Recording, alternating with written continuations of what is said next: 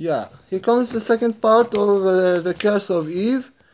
We talked about Jacob Milgrom, who believed that the biblical law adopted a foreign pagan institution in order to save women from public lynching, which was the probable fate of a woman in case of suspected adultery. So we are talking about not a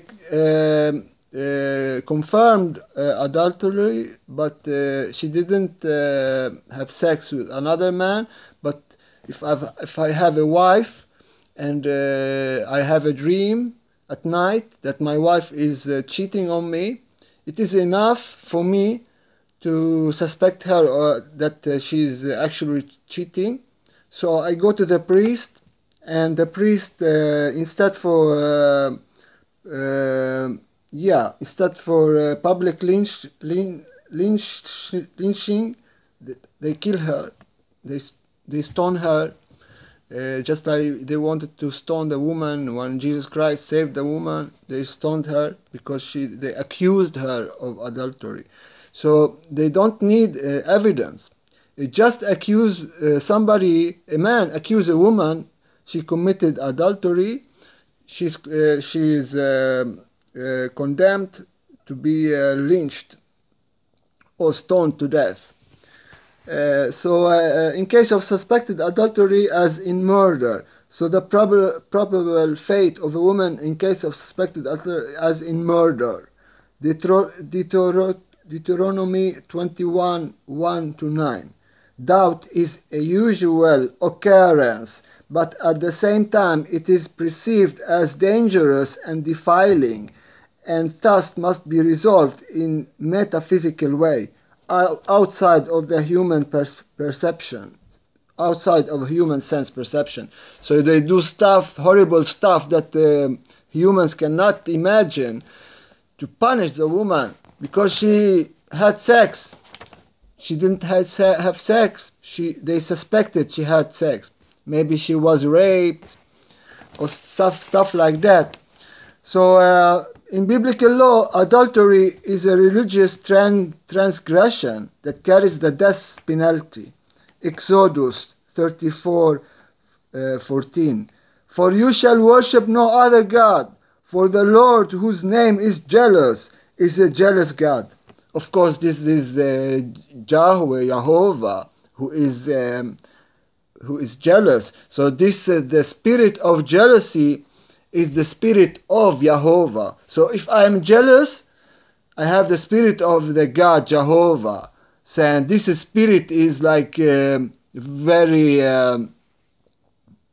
holy or stuff like this. So if you are jealous, that means that you are caring, and so they replaced love with jealousy. So the real God is not jealous, because jealousy when you own somebody, jealousy when you are a master. So like if you are my slave, so I own you.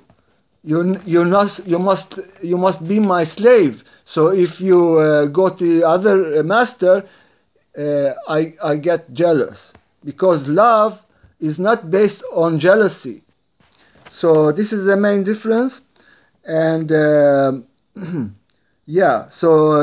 for a woman wears a long hair, a glory for in Christianity we have in Corinthians, man not to cover his head, image and glory of God, but woman is the glory of man. So this grace for man wears a long hair, a glory for woman hair is given for covering.